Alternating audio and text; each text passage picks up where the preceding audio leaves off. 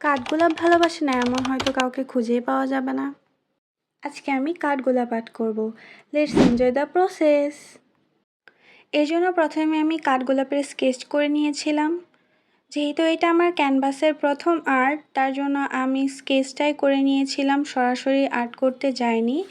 এরপর আমি স্কেচ করা কাঠগোলাপগুলোকে সাদা কালার রং করে নিয়েছিলাম। তারপর আমি এটাকে কিছুক্ষণ শুকিয়ে নিয়েছিলাম। এরপর চলে আসি পাতার কালারে। পাতার কালার করার জন্য আমি অ্যাক্রিলিক কালার যে মনমার্টের সেটার যে পিথালো গ্রিন ওইটা ইউজ করেছি, এবং এখানে আমি 3টা রঙই ইউজ করেছিলাম, যেমন স্যাপ গ্রিন, মনেস্ট্রাল গ্রিন। এছাড়া আমি হলুদের জন্য মিডিয়াম ইয়েলো এবং লেমন ইয়েলো কালারটাও এখানে মিক্সড করে ব্যবহার করেছিলাম, এবং পাতার শিরা উপশিরার জন্য আমি যে গ্রিনটা ব্যবহার করেছিলাম সেটার সাথে আমি লেমন ইয়েলো এবং মিডিয়াম ইয়েলো এই দুইটা মিক্সড করেই কালারটা করেছি।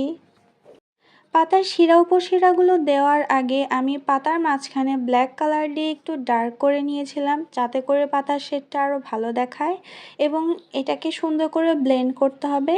তারপর একটা লাইট কালার বানাতে হবে আমাদের, তারপর সেগুলো দিয়ে শিরা উপশিরাগুলো দিতে হবে।